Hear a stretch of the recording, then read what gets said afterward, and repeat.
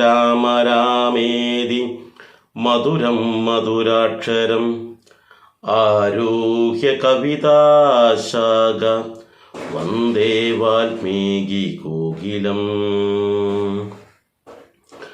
ആപദാമപഹർത്താരം ദാതാരം സർവസമ്പദാം ലോകാഭിരാമം ശ്രീരാമം ഭൂയോ ഭൂയോ നമാമ്യഹം.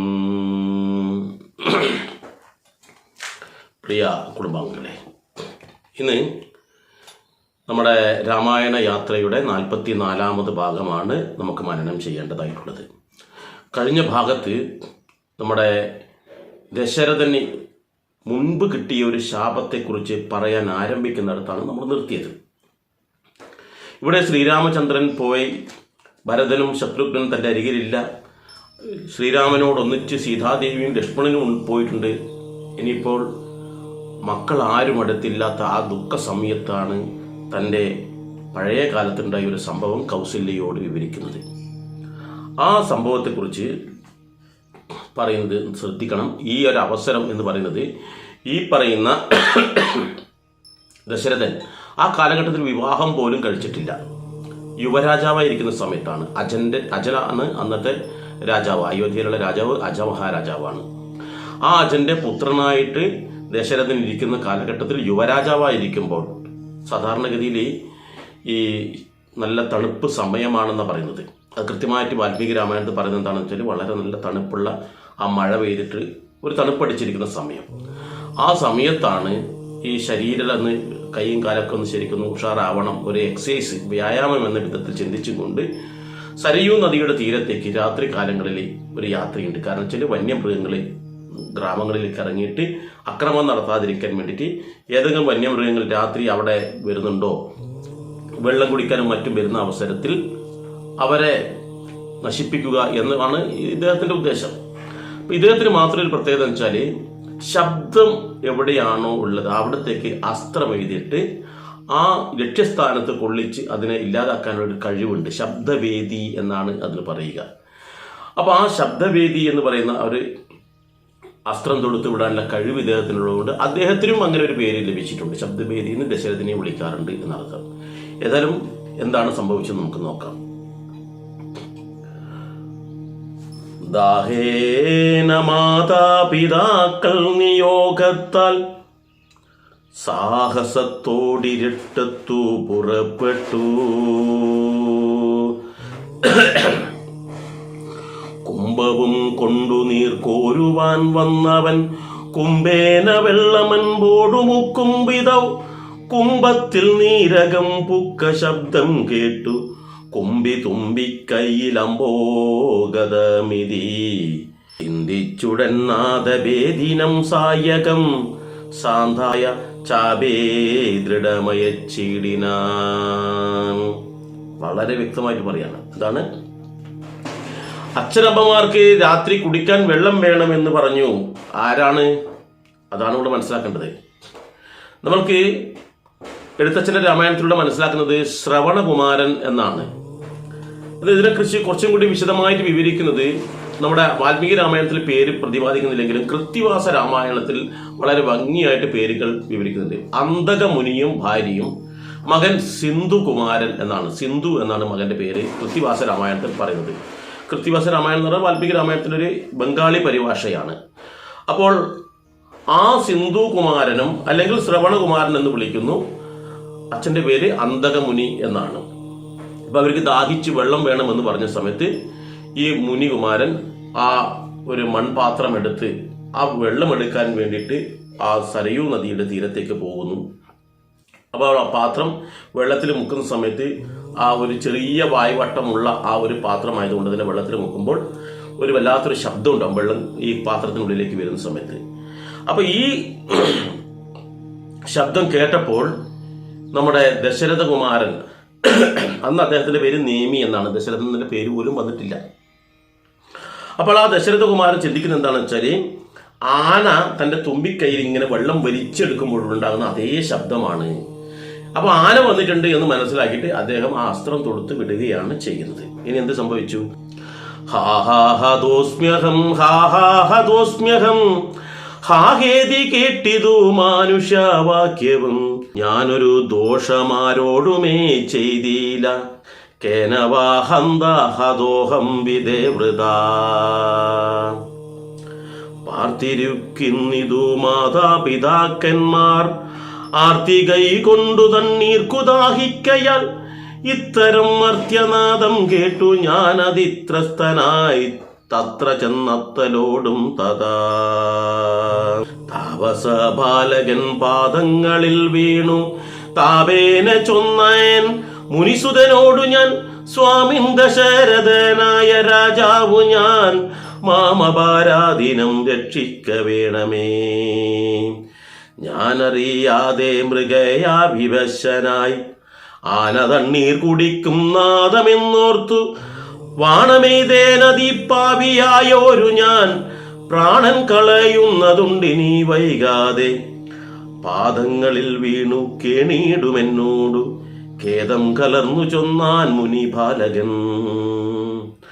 കർമ്മമത്രേ തടുക്കാവതല്ലാർക്കുമേ ബ്രഹ്മഹത്യാ പാപമുണ്ടാകയില്ലതേ. ഇവിടെ ഈ അസ്ത്രം കൃത്യസ്ഥാനത്ത് തന്നെ ചെന്ന് തറച്ചു. കാരണം എന്താ? ഇദ്ദേഹത്തിന് ശബ്ദവേദി എന്ന് പറയുന്ന ആ അസ്ത്രം തൊടുക്കാനുള്ള കഴിവ് ഉണ്ട്. അപ്പോൾ ആ നാദവേദി എന്ന് പറയുന്ന ആ ശബ്ദം അല്ലെങ്കിൽ ആ അസ്ത്രം കൃത്യമായിട്ട് ആ ലക്ഷ്യസ്ഥാനത്തേക്ക് പതിച്ചപ്പോഴാണ് അവിടെ ഹാഹാഹതോസ്മ്യഹം ഹാഹാഹതോസ്മ്യഹം എന്നുള്ളൊരു ശബ്ദം കേൾക്കുന്നത്. എന്നുവെച്ചാൽ അയ്യോ ഞാൻ കൊല്ലപ്പെട്ടു എന്നാണ് അതിൽ പറയുന്നത്. അപ്പോൾ ഞാൻ കൊല്ലപ്പെട്ടു എന്ന് അദ്ദേഹം വിളിച്ചു പറയുമ്പോൾ തന്നെ അയ്യോ ഇത് മനുഷ്യനാണല്ലോ എന്നൊരു ചിന്ത അദ്ദേഹത്തിന് അലട്ടി. എന്തൊരു മഹാപരാധമാണ് ചെയ്തത്, എനിക്ക് എന്തുകൊണ്ട് ഇങ്ങനെ തെറ്റുപറ്റി എന്നൊരു ചിന്ത. അദ്ദേഹം ഉടൻ തന്നെ ആ സ്ഥലത്തേക്ക് ഓടുകയാണ്. അപ്പോൾ അവിടുന്ന് പറയുന്നുണ്ട് എന്താണെന്നറിയോ, ഞാനൊരു ദോഷം ഇതുവരെ ആരോടും ചെയ്തിട്ടില്ല. ആരെയും മുനികുമാരൻ വിളിച്ച് പറയാണ് ഈ അസ്ത്രം തറച്ചപ്പോൾ. അപ്പോൾ എന്നെ ആരാണ് ഇത്തരത്തിൽ വധിക്കാൻ വേണ്ടി ശ്രമിച്ചത്?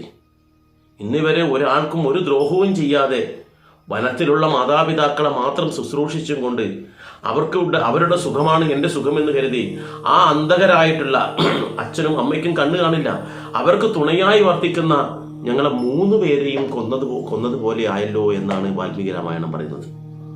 ഞങ്ങളെ 3 പേരെയും കൊന്നു കളഞ്ഞല്ലോ. കാരണം വെച്ചാൽ ഈ അച്ഛനും അമ്മയ്ക്കും സഹായത്തിന് ആളില്ലെങ്കിൽ പിന്നെ അവരും ചത്തതിനൊക്കുമേ ജീവിച്ചിരിക്കലും എന്നുള്ള തത്വമാണ് ഇവിടെ മുനികുമാരൻ പറയുന്നത്. ഞങ്ങളെ 3 പേരെയും കൊന്നിരിക്കുന്നുവല്ലോ എന്ന്. ആ അവസരത്തിൽ ഈ ദശരഥൻ അവിടെ എത്തുമ്പോൾ പറയാണ്, എൻ്റെ മാതാപിതാക്കൾ വെള്ളത്തിന് വേണ്ടി ചോദിച്ചപ്പോഴാണ് ഞാൻ വെള്ളം എടുക്കാൻ വേണ്ടി വന്ന എന്നെ എന്തിനാണ് ഈ രാജകുമാര നിങ്ങൾ കൊന്നിരിക്കുന്നത്?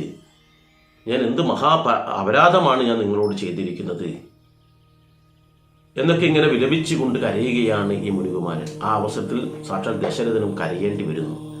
കാരണം ഇന്ന് വരെ ജീവിതത്തിൽ ഒരു അബദ്ധം പറ്റിയിട്ടില്ല. ആദ്യമായിട്ടാണ് ഇത് സംഭവിച്ചിട്ടുള്ളത്. മാത്രമല്ല ഇത് മരിച്ചിരിക്കുന്നത് ഒരു മുനികുമാരനും, സാധാരണക്കാരനല്ല. ഒരു മുനികുമാരൻ മരിച്ചു കഴിഞ്ഞാൽ ബ്രഹ്മഹത്യ പാപം ഉറപ്പാണ്. അന്ന് ഏറ്റവും കൂടുതൽ ഉള്ളതാണ് അറിവും കഴിവും പാണ്ഡിത്യവുമുള്ള ആൾക്കാരെ ബ്രഹ്മത്തെക്കുറിച്ച് അറിഞ്ഞ് അത് ജീവിതത്തിൽ പകർത്തി അതിനനുസരിച്ച് ജീവിക്കുകയും അത് മറ്റുള്ളവർക്ക് പകർന്നു കൊടുക്കുകയും ചെയ്യുന്ന ആൾക്കാരെ കൊന്നുകഴിഞ്ഞാൽ അവർ വളരെ ദോഷകരമായ നരകത്തിൽ ചെന്ന് ചാടും എന്നൊരു വിശ്വാസമുണ്ട്. അപ്പോൾ ഈ ഒരു കാര്യമാണ് ദശരഥനെ കൂടുതലായിട്ട് മാനസികമായി തളർത്തിയത്. അദ്ദേഹം ഈ മുനികുമാരന്റെ കാൽക്കൽ അങ്ങ് വീണ് കരയുകയാണ്. അയ്യോ എനിക്ക് പറ്റിപ്പോയി, അറിഞ്ഞുകൊണ്ടല്ല, ഞാൻ ആനയാണെന്ന് കരുതിയാണ് അസ്ത്രം തൊടുത്തു വിട്ടത് എന്നെല്ലാം പറഞ്ഞ് കരയുമ്പോൾ ഈ മുനികുമാരൻ പറയുന്ന വാക്കുകളാണ് നമ്മൾ ഓരോ ആൾക്കാരും ശ്രദ്ധിക്കേണ്ടത്. നമ്മളോട് ഒരാൾ തെറ്റ് ചെയ്ത് കഴിഞ്ഞാൽ നമ്മൾ അവരെ ശപിക്കുകയും അവരെ ദ്രോഹിക്കുകയും അവരോട് പ്രതികാരം ചെയ്യാനും നമ്മളൊക്കെ ഒരുമ്പെടുമ്പോൾ ഇവിടെ പറയുന്നത് മറ്റൊരു കാര്യമാണ്. എന്താണത്? ഞാനറിയാതെ മൃഗയാ വിവശനായി ആനതണ്ണീർ കുടിക്കും നാദമെന്നോർത്തു ബാണവേദേനതിപ്പാപിയായൊരു ഞാൻ പ്രാണൻ കളയുന്നതുണ്ടിനി വൈകാതെ പാദങ്ങളിൽ വീണും കേണീടുമെന്നോടു ഖേദം കലർന്നു ചൊന്നാൻ മുനിബാലകൻ. കർമ്മമത്രേ തടുക്കാവതല്ലാർക്കുമേ ബ്രഹ്മഹത്യാ പാപമുണ്ടാകയില്ലതേ. ദശരഥൻ ആ മുനികുമാരനോട് പറയുകയാണ്, ഇനി ഞാനിവിടെ ജീവിക്കുന്നില്ല, ഞാനും മരിക്കുകയാണ്. കാരണം ഞാൻ ചെയ്തത് ഏറ്റവും വലിയൊരു അപരാധമാണല്ലോ, അതുകൊണ്ട് ഞാനും മരിക്കുകയാണ്, എനിക്കിനി ജീവിക്കണ്ട എന്ന് പറയുന്നു. അപ്പോൾ ഈ മുനികുമാരന്റെ കാൽക്കൽ വീണ് കരയുന്ന ആ ദശരഥകുമാരനോട് മുനികുമാരൻ പറയുകയാണ്, ഇതെല്ലാം കർമ്മമാണ്, ഈ കർമ്മഫലം ഒരിക്കലും നമുക്ക് ഇല്ലാതെയാക്കാൻ പറ്റുകയില്ല എന്നാണ് പറയുന്നത്. പക്ഷെ ആ കർമ്മഫലം, ഇതിപ്പോൾ അങ്ങയുടെ കർമ്മഫലത്തിൽ ഈ ബ്രഹ്മഹത്യാ പാപം ഒരിക്കലും ഉണ്ടാകില്ല. അതിന് കാരണമുണ്ട്. ഇവിടെ നമ്മൾ ചിന്തിക്കേണ്ടതറിയോ, നമ്മൾക്കെല്ലാം ചെറിയൊരു ദുഃഖം വരുന്ന സമയത്ത്, ഒരു പ്രയാസം വരുമ്പോഴൊക്കെ തന്നെ നമ്മൾ പറയും, എന്തേ ഭഗവാനെ നമുക്ക് ഇങ്ങനെയൊക്കെ സംഭവിച്ചത് എന്നൊക്കെ നമ്മൾ ചിന്തിക്കാറില്ലേ? എന്നിട്ട് ദൈവത്തിന് കുറ്റം പറയും, എന്താണ്, എനിക്ക് മാത്രം എന്തുകൊണ്ട് ഇങ്ങനെ സംഭവിച്ചു? ഇതൊക്കെ നമ്മുടെ കർമ്മഫലമാണ് എന്ന് നമ്മൾ ചിന്തിക്കണം. മുൻ ജന്മത്തിൽ ചെയ്തതിൻ്റെ ഫലമായിട്ടാണ് ഈ ജന്മം നമുക്ക് കിട്ടിയിരിക്കുന്നത്. നമ്മൾക്കറിയാം, നമ്മുടെ ജീവിതത്തിൻ്റെ ആദ്യത്തെ 25 വർഷ കാലഘട്ടത്തിൽ നമ്മൾ പഠിക്കാതെ തരികട കളിച്ച് വളരെ ദുർനടപ്പൊക്കെ നടന്ന് പോയിട്ടുണ്ടെങ്കിൽ, അവരുടെ പിന്നെ വരുന്ന 25 വർഷക്കാരുണ്ടല്ലോ കുടുംബജീവിതമായി നയിക്കേണ്ട ആ കാലഘട്ടത്തിൽ ദുരിതപൂർണമായിട്ടില്ല. കാരണം ഒരു നേരത്തെ അന്നത്തിന് പോലും വകയില്ലാതെ വളരെ കഷ്ടപ്പെട്ട് ജീവിക്കേണ്ട ഒരു അവസ്ഥ വരും. അത് ആ പഠനകാലത്ത് നമ്മൾ ശ്രദ്ധിച്ചിട്ടില്ലെങ്കിൽ നമുക്ക് പറ്റുന്നതാണ്. അപ്പൊ അന്ന് നമ്മൾ അത് ശ്രദ്ധിക്കാത്തത് കൊണ്ട് നമുക്ക് ഇങ്ങനെ പറ്റി. അതുപോലെ നമ്മുടെ മുൻ ജന്മത്തിലുള്ള കർമ്മത്തിന്റെ ഫലം ആ ജന്മം പൂർത്തിയായതിനു ശേഷമാണ് അനുഭവിക്കേണ്ടത്. ഏതൊരു കാര്യവും നമ്മൾ ജോലി പൂർത്തിയായാലാണ് ശമ്പളം കിട്ടുക, ജോലിക്ക് മുമ്പ് തരില്ല. അത് ഗവൺമെന്റ് ഉദ്യോഗസ്ഥനായാലും കൂലിപ്പണിക്കാരായാലും ഏതൊരാക്കെ അവരുടെ ജോലി പൂർത്തിയായാലാണ് ശമ്പളം. ഒരു മനുഷ്യന്റെ ജന്മം പൂർത്തിയായി കഴിഞ്ഞാൽ അതിന്റെ ശമ്പളം കിട്ടുന്നത് തൊട്ടടുത്ത ജന്മത്തിലാണ്. അപ്പം നിങ്ങൾക്ക് ഈ കർമ്മഫലമാണ് ഈ അനുഭവിക്കുന്നത് എന്നുള്ള ചിന്ത നമുക്ക് ഓരോ ആൾക്കാർക്കുണ്ടെങ്കിൽ നമ്മൾ ഒരിക്കലും ഭഗവാനെ കുറ്റപ്പെടുത്താൻ തയ്യാറാകില്ല. ഈശ്വരനെ കുറ്റപ്പെടുത്തുക മാത്രമല്ല, നമ്മൾ അത്തരത്തിൽ ചിന്തിക്കുക പോലുമില്ല എന്നർത്ഥം. ഇവിടെ നമ്മളെല്ലാവരും അതൊക്കെ സ്വയം മറന്നിട്ടാണ് ഭഗവാനൊക്കെ നമ്മൾ കുറ്റം പറയുന്നത്. നമ്മൾ ചിന്തിക്കേണ്ടത് ഇതൊക്കെ കർമ്മഫലമാണ്. നമ്മൾ ഓരോ സന്തോഷമുണ്ടെങ്കിലും ഓരോ ദുഃഖമുണ്ടെങ്കിലും അതൊക്കെ കർമ്മഫലമാണ് എന്ന് നമ്മൾ വ്യക്തമായിട്ട് മനസ്സിലാക്കണം. അങ്ങനെയാണെങ്കിൽ നമ്മൾ ഒരിക്കലും ആത്മഹത്യയും ചെയ്യില്ല. കുടുംബത്തിൽ ദുഃഖമുണ്ടാകുമ്പോൾ ഇതൊക്കെ ഞാൻ ചെയ്ത കർമ്മം തന്നെയാണല്ലോ എന്ന് ചിന്തിച്ച് നമുക്ക് ആശ്വസിക്കാൻ പറ്റും. അതുപോലെ സന്തോഷമുണ്ടാകുമ്പോൾ ഞാൻ കഴിഞ്ഞ ജന്മത്തിൽ ഇത്രയും സന്തോഷകരമായ കാര്യങ്ങൾ ചെയ്തിട്ടുണ്ടല്ലോ, നല്ല കാര്യങ്ങൾ ചെയ്തിട്ടുണ്ടല്ലോ എന്ന് ധരിച്ച് നമുക്ക് സന്തോഷിക്കുവാനും പറ്റും.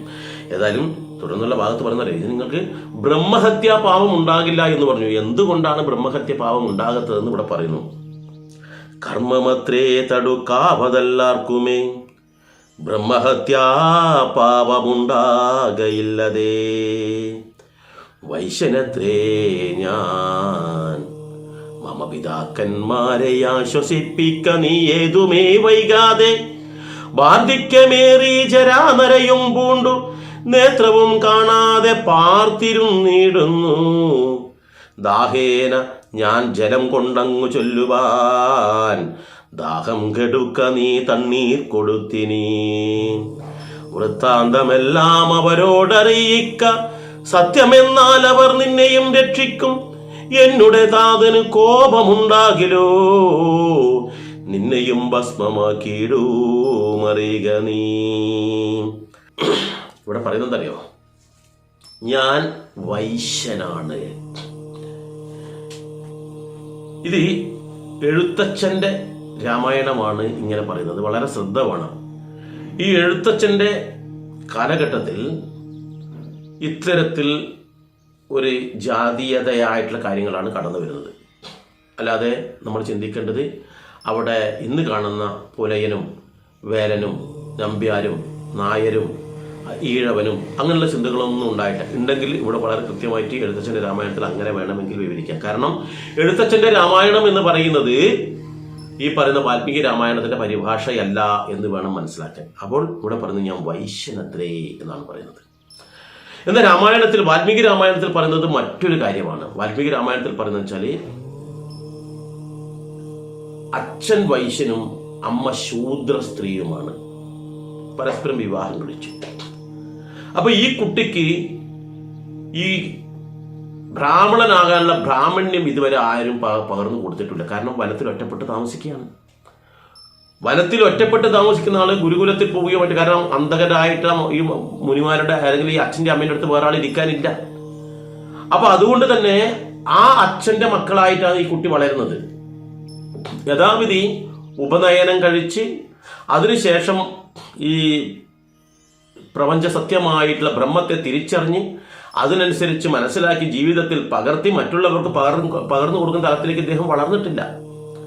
അപ്പോൾ അതുകൊണ്ടാണ് പറയുന്നത്, ഞാൻ ആരല്ല, ഞാൻ ബ്രാഹ്മണനല്ല, അതുകൊണ്ട് ബ്രഹ്മഹത്യാപാപം നിനക്കില്ല. എന്താണ്, ഈ അച്ഛനെയും അമ്മയും മാത്രം ഉപചരിച്ചുകൊണ്ട് ഞാൻ നിൽക്കുകയാണ്. അപ്പോൾ അതുകൊണ്ട് തന്നെ ഞാൻ ആ അച്ഛൻ്റെ മകനാണ്. അച്ഛൻ ആരാ? വൈശ്യനും അമ്മ ശൂദ്ര സ്ത്രീയുമാണ് എന്ന് കൃത്യമായിട്ട് ഏതിൽ പറയുന്നു? വാൽമീകി രാമായണത്തിൽ പറയുന്നു. ഇവിടെ വേറൊരു കാര്യം കൂടി നമ്മൾ മനസ്സിലാക്കേണ്ടതുണ്ട്. എന്തെന്നാൽ ശൂദ്രന് തപസ് ചെയ്യാൻ പാടില്ല എന്ന് പറയുന്നു. അതുകൊണ്ടാണ് ശൂദ്രനായിട്ടുള്ള ശംഭുകൻ തപസ് ചെയ്യുമ്പോൾ ശ്രീരാമൻ കൊന്നുകളഞ്ഞതായിട്ട് നമ്മുടെ ഉത്തര രാമായണത്തിൽ പറയുന്നു. അത് കൃത്യമായിട്ട് പിന്നീട് കൂട്ടിച്ചേർത്തതാണ് എന്നുള്ളതിന് വ്യക്തമായൊരു തെളിവാണ് ഇവിടെ പറയുന്നത്. കാരണം ഈ അന്തകമുനി വൈശ്യനാണ്, അദ്ദേഹം അവിടെ തപസ് ചെയ്യുന്നുണ്ട്. ഭാര്യ ശൂദ്ര സ്ത്രീയാണ്, അവരും തപസ് ചെയ്യുന്നുണ്ട്. അപ്പൊ ഇവരുടെ മക്കളോ, അവന്റെ കർമ്മവും ശൂദ്രനാണ്. വൈശ്യന്റെ പുത്രനായാലും ശൂദ്ര കർമ്മമാണ് അവൻ ചെയ്യുന്നത്. അവനും അവരോടൊപ്പം തപസ്സും കാര്യങ്ങളും അനുഷ്ഠിക്കുന്നു. അപ്പോൾ അത് ദശരഥന്റെ കാലഘട്ടത്തിൽ ഒരു തെറ്റുമായിരുന്നില്ല എന്നുള്ളത് കൊണ്ട് തന്നെ ശ്രീരാമന്റെ കാലഘട്ടം ആകുമ്പോൾ എങ്ങനെയാണ് അത് തെറ്റായി തീരുന്നത് എന്നൊരു ചോദ്യം നമുക്ക് വരും. അപ്പോൾ അത് തന്നെ നമുക്ക് മനസ്സിലാക്കാം, അത് പിന്നീട് കൂട്ടിച്ചേർത്തതാണ് എന്ന് കൃത്യമായിട്ട് മനസ്സിലാക്കാൻ പറ്റും.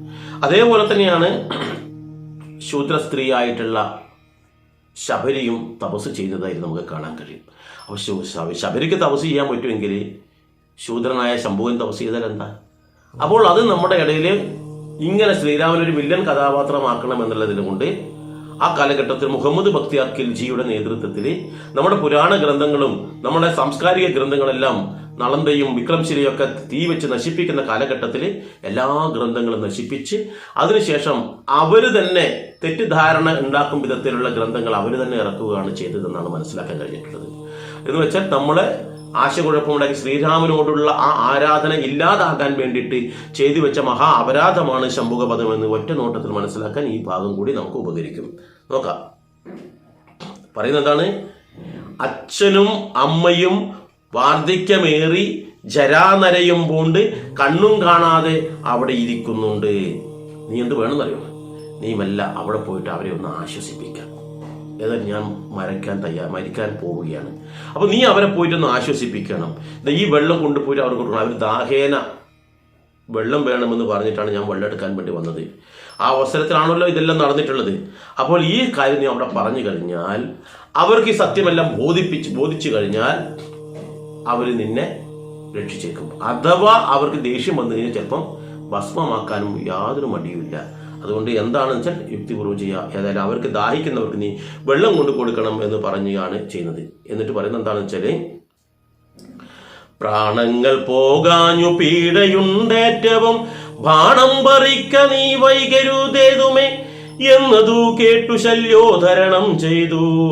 പിന്നെ സജലം കലശവും കൈകൊണ്ടു ദമ്പതിമാരിരിക്കുന്ന വീടേ കതി സംഭ്രമത്തോടു ഞാൻ ചെല്ലും ദശാന്തരെ വൃദ്ധതയോടു നേത്രങ്ങളും വേർവെട്ടർദ്ധരാത്രിക്കു വിശന്നു ദാഹിച്ചഹോ വർത്തിക്കുമെങ്ങൾക്കു തണ്ണീർക്കു പോയൊരു പുത്രനുമിന്നു മറന്നു കളഞ്ഞതോ.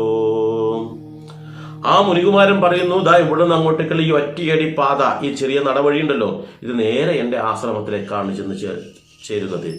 അവിടെ അച്ഛനും അമ്മയും തളർന്ന അവശരായി കിടക്കുകയാണ്. അവർക്ക് വിശപ്പും ദാഹവും ഉണ്ട്. അവരെ ആശ്വസിപ്പിക്കുക എന്ന് പറഞ്ഞിട്ടാണ് അങ്ങോട്ടേക്ക് പറഞ്ഞേക്കുന്നതിന് മുമ്പായിട്ട് പറയാം, എനിക്ക് ഈ ബാണം ഇവിടെ തറച്ചത് കൊണ്ട് വേദന സഹിക്കാൻ പറ്റുന്നില്ല. ആ വേദന സഹിക്കാൻ പറ്റാത്ത അവസ്ഥയിൽ ഈ ബാണം വലിച്ചൂരിട്ട് എൻ്റെ പ്രാണൻ പോകാൻ എന്നെ അനുവദിക്കണം എന്ന് പറയുന്നു. ദുഃഖത്തോടുകൂടി കരഞ്ഞു കലങ്ങിയ കണ്ണോടുകൂടി ഈ പറയുന്ന ദശരഥന് നല്ലപോലെ കരയുന്നുണ്ട് ഈ മുനികുമാരൻ്റെ കാൽക്കൽ വേണ്ട. എന്നിട്ട് ആ അമ്പ് വലിച്ച് ഊരുന്നതോട് കൂടിയിട്ട് ആ മുനികുമാരൻ്റെ കണ്ണുകൾ അടയുകയാണ് ചെയ്യുന്നത്.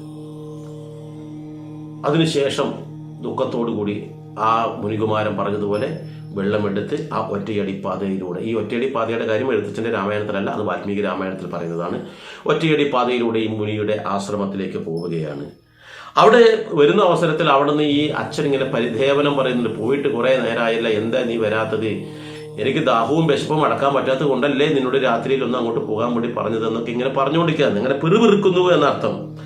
ഇപ്പൊ എന്തേ നീ ഞങ്ങളൊക്കെ മറന്നു കളഞ്ഞോ എന്നൊക്കെ ആയിട്ട് ഇങ്ങനെ പിറുപിറുത്തുകൊണ്ടിരിക്കുകയാണ്. ഇത് കേട്ടുകൊണ്ടാണ് ആര് വരുന്നത്?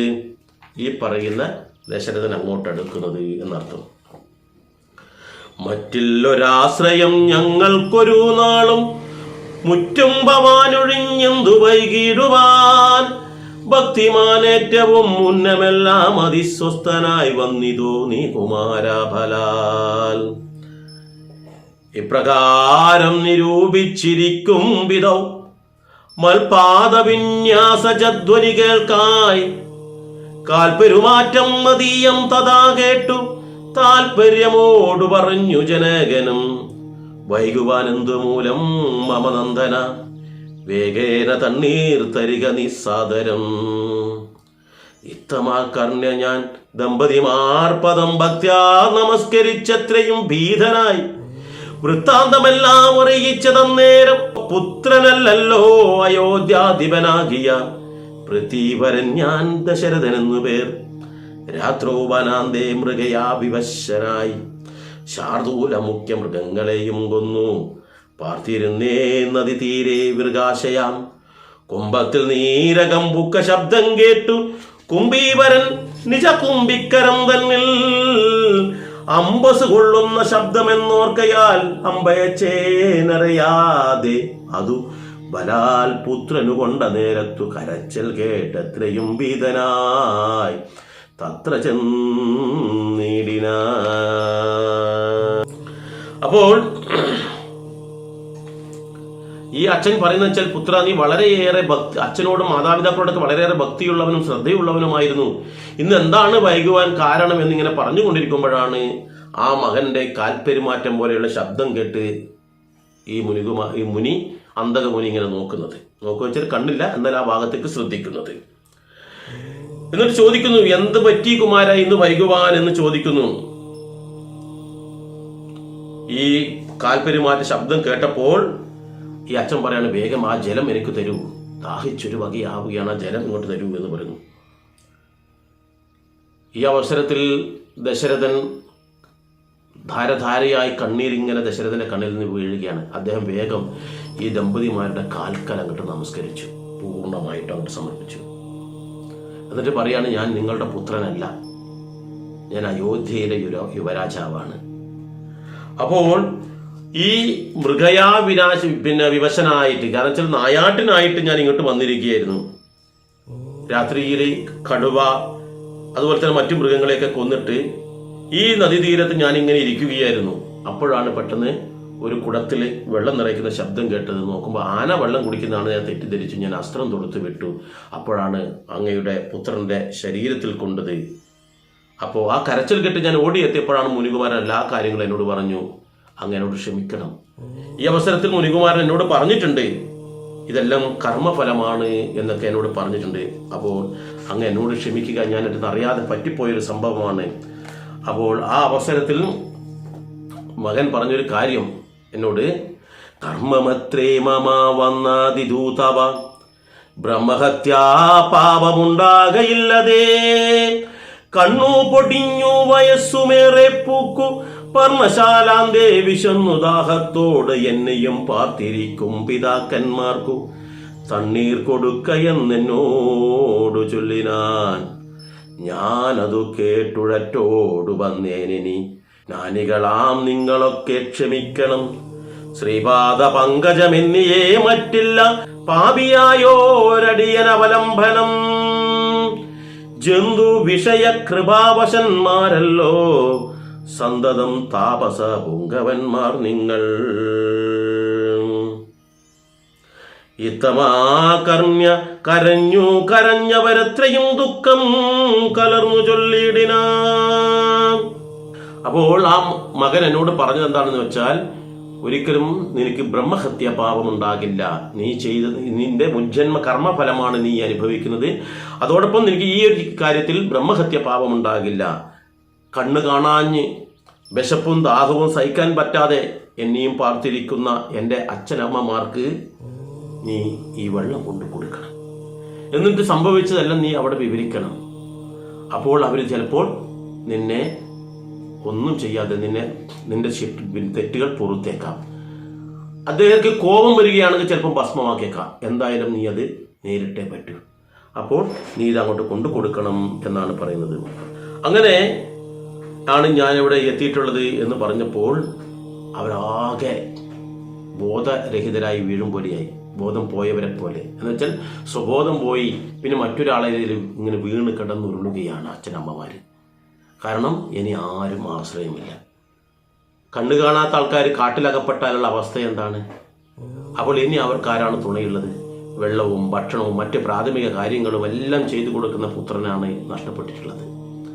അവരുടെ നിലവിളി ഇദ്ദേഹത്തിൻ്റെ മനസ്സിങ്ങനെ അലിയിച്ചു. ഇദ്ദേഹം അതിനേക്കാൾ ഉച്ചത്തിൽ ഇദ്ദേഹം കരയുകയാണ്, എന്ത് ചെയ്യണമെന്നറിയാത്ത വിധത്തിൽ.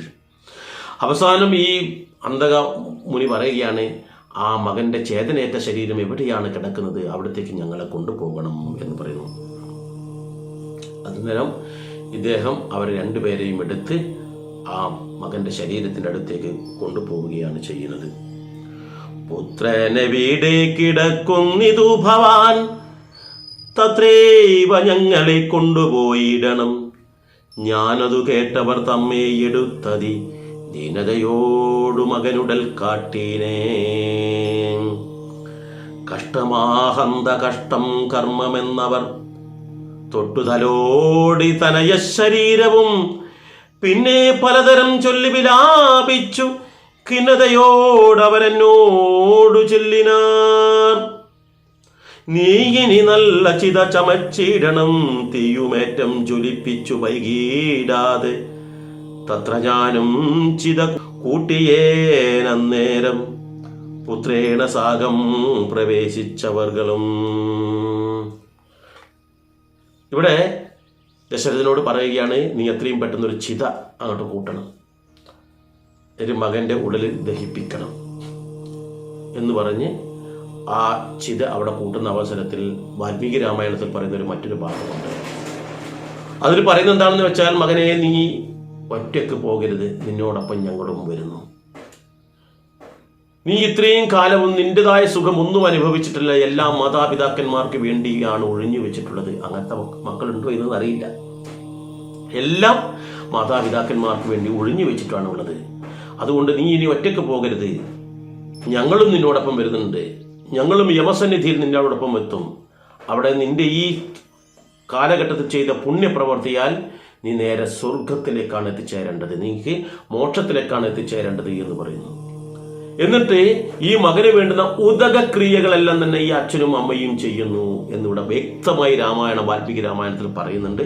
അതുകൊണ്ട് തന്നെ നമ്മൾ മനസ്സിലാക്കേണ്ടത് എന്താണെന്ന് വെച്ചാൽ, സ്വന്തം മക്കൾ നഷ്ടപ്പെട്ടാൽ, മരിച്ചു പോയാൽ അച്ഛനും അമ്മയ്ക്കും അവർക്ക് വേണ്ടുന്ന ബലികർമ്മങ്ങൾ ചെയ്യാം എന്ന് വളരെ വ്യക്തമായിട്ട് രാമായണത്തിലെ ഈ ഒരു ഭാഗം നമുക്ക് പഠിപ്പിച്ചിരുന്നുണ്ട്. വാൽമീകി രാമായണത്തിൽ ഇത് വളരെ വ്യക്തമായി പറയുന്നു.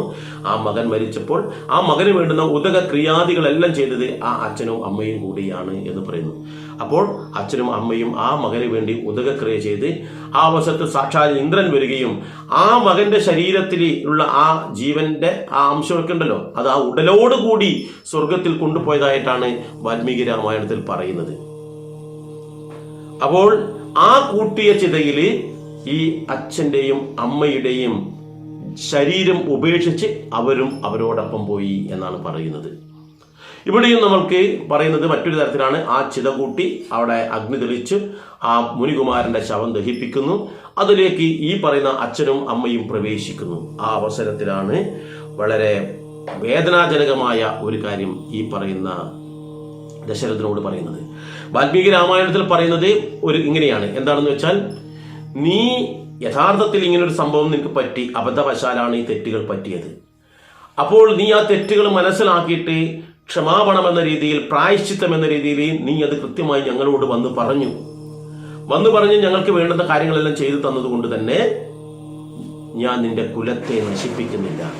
അല്ല എങ്കിൽ നിന്റെ രഘുകുലം പൂർണ്ണമായും ഭസ്മമാകാൻ ഞാൻ ചെയ്യുമായിരുന്നു, ഭസ്മമാക്കുമായിരുന്നു. അതിൽ നിന്ന് ആർക്കും എന്നെ തടയാൻ പറ്റില്ലായിരുന്നു. പക്ഷെ നീ സത്യസന്ധനാണ്. നീ ഒരു തെറ്റ് ചെയ്തെങ്കിൽ ആ തെറ്റ് തുറന്നു പറയാനുള്ള ആർജവം കാണിക്കുകയും നീ അതിന് പ്രായശ്ചിത്തം ചെയ്യാൻ തയ്യാറായി. എന്നിരുന്നാലും തെറ്റ് തന്നെയാണ്. അതുകൊണ്ട് തന്നെ ഞാൻ ഇപ്പോൾ അനുഭവിക്കുന്ന ഈ വേദനയുണ്ടല്ലോ, ഏത് മകനെ ഓർത്തുകൊണ്ടുള്ള വേദന, അതേ ദുഃഖം നീയും അനുഭവിക്കാനിടവരും മരണാസന സമയത്ത് നീയും അത് അനുഭവിക്കാനിടവരും എന്നാണ് പറയുന്നത്. ഈ ഒരു കാര്യം ഈ പറയുന്ന പുത്രകാമേഷ്ടി മക്കളില്ലാതെ ദുഃഖിച്ചിരിക്കുന്ന ആ ദശരഥനോട് വസിഷ്ഠ മുനിയും പറയുന്നുണ്ട്. കാരണം മക്കളില്ല എന്ന് പറഞ്ഞിട്ട് നീ ദുഃഖിച്ചിരിക്കുന്നു, പക്ഷെ നിനക്ക് മക്കളുണ്ടാകും. കാരണം എന്താ? ആ മുനികുമാരന്റെ ശാപം ഫലിക്കണമെന്നുണ്ടെങ്കിൽ നിനക്ക് മക്കളുണ്ടായേ പറ്റൂ. അയാൾക്ക് മാറ്റാൻ കഴിയില്ല. ആ മക്കൾ ഉണ്ടായിട്ടാണ് നീ ദുഃഖം അനുഭവിക്കേണ്ടത്. നമ്മളൊക്കെ ചെയ്യുന്നതും അത് തന്നെയാണ്. മക്കളില്ലാത്ത നമ്മൾ എന്ത് ചെയ്യുന്നറിയോ? മണ്ണാറശാലയിൽ ഉരുളി കമിഴ്ത്താനും അതുപോലെ തന്നെ തളിപ്പറമ്പ് ഭഗവതി ക്ഷേത്രത്തിൽ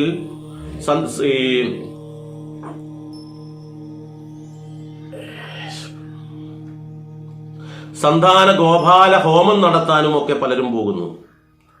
അപ്പോൾ ആ മക്കളെ നമ്മൾ പ്രാർത്ഥിച്ച് നേടിയ അപ്പോൾ ആ മക്കൾ കാരണം പിന്നീട് നമ്മൾ ദുഃഖിക്കേണ്ടതായിട്ട് വരുന്നു. എന്ന് വെച്ചാൽ നമ്മൾ ദുഃഖത്തെയാണ് വാങ്ങിക്കുന്നത് എന്നർത്ഥം. അപ്പോൾ ഇവിടെ പറയുന്നു, ഈ മുനികു മരിക്കുന്നതിന് തൊട്ട് മുമ്പ് തന്നെ ഇദ്ദേഹത്തിനൊരു ശാപം കൊടുക്കുന്നു. ആദ്യമായി പറഞ്ഞു കുലം മുഴുവൻ നശിപ്പിക്കുന്നില്ല എന്ന് പറഞ്ഞിട്ടുണ്ട്. അപ്പൊ ആ ശാപം എന്താണെന്ന് കൂടി നമുക്കിവിടെ നോക്കാം. ദഗ്ധദേഹന്മാരുമായി ചെന്നു മൂവരും വൃത്രാരി ലോകം ഗമിച്ചു വാണിടിനാർ. വൃദ്ധ തപോധനൻ എന്നേരമെന്നോട് പുത്രശോകത്താൽ മരിക്കുന്നു ചൊല്ലിനാൻ. പുത്രശോകത്താൽ മരിക്കുമെന്ന് രാമായണത്തിൽ എല്ലാ രാമായണത്തിലും എടുത്തു പറയുന്നു. നമ്മൾ ഏത് കർമ്മം ചെയ്താലും ആ കർമ്മത്തിന്റെ ഫലം നമ്മൾ അനുഭവിച്ചേ തീരും എന്നുള്ളതും കൂടി ഇവിടെ എടുത്തു പറയുന്നു. ശാപകാലം നമുക്കാഗതമായിതു, താപസാവാക്യം അസത്യമായും വരാം. മന്നവനേവം പറഞ്ഞു വിലാപിച്ചു, പിന്നെയും പിന്നെയും കേണു തുടങ്ങിനാൻ. മരണസമയമായി, ഇനി രക്ഷയൊന്നുമില്ല. അപ്പോൾ ഞാൻ ഈ ശരീരം വിട്ടു പോവുകയാണ് എന്ന് പറഞ്ഞുകൊണ്ട് അദ്ദേഹം കരയുകയാണ്. അതുകൊണ്ടാണല്ലോ പുത്രശോകത്താൽ ഇവിടെ ദുഃഖം അനുഭവിക്കേണ്ടി വരുന്നത്. കാരണം ഭരതനും ശത്രുഘ്നനും ലക്ഷ്മണനും ശ്രീരാമനും ആരും എടുത്തില്ല. എല്ലാം ഉണ്ടായിട്ടും ആരുമില്ലാത്ത അവസ്ഥയിൽ ഇന്നും പല രക്ഷിതാക്കളുണ്ട്. മക്കൾ ഉണ്ടായിട്ട് അവർ അമേരിക്കയിലേക്കും സ്വിറ്റ്സർലാൻഡിലേക്കും ഓസ്ട്രേലിയയിലേക്കും കാനഡയിലേക്കൊക്കെ പഠിക്കാൻ വിടും. അവിടെ കല്യാണം കഴിച്ച് അവിടെ തന്നെ വിടും. ഈ മക്കൾ പിന്നെ ജീവിതത്തിൽ കാണില്ല. അവരുടെ സുഖം നോക്കിയിട്ടേ പറഞ്ഞു വിട്ടത്. അപ്പോൾ അവർ പിന്നെ ജീവിതത്തിൽ ഒരിക്കലും കാണില്ല. ആ ദുഃഖം ആയിരിക്കും പലരും മരിക്കുന്ന സമയത്ത് അനുഭവിക്കുന്നുണ്ടാവുക. അവിടെ നിൽക്കട്ടെ. ഇനി ഇവിടെ എന്താണ് പറയുന്നത് നോക്കൂ. ഹാ രാമപുത്ര ഹാ സീതേ ജനകജേ ഹാ രാമലക്ഷ്മണ ഹാ ഹാ ഗുണാംബുദേ. നിങ്ങളെയും പിരിഞ്ഞൻ മരണം പുനരിങ്ങനെ വന്നതു കൈകേയി സംഭവം. രാജീവനേത്രനെ ചിന്തിച്ചു ചിന്തിച്ചു രാജാ ദശരഥൻ പുക്കുസുരാലയം. ദുഃഖിച്ചു രാജനാരീജനവും പുനരൊക്കെ വാവിട്ടു കരഞ്ഞു തുടങ്ങിനാർ.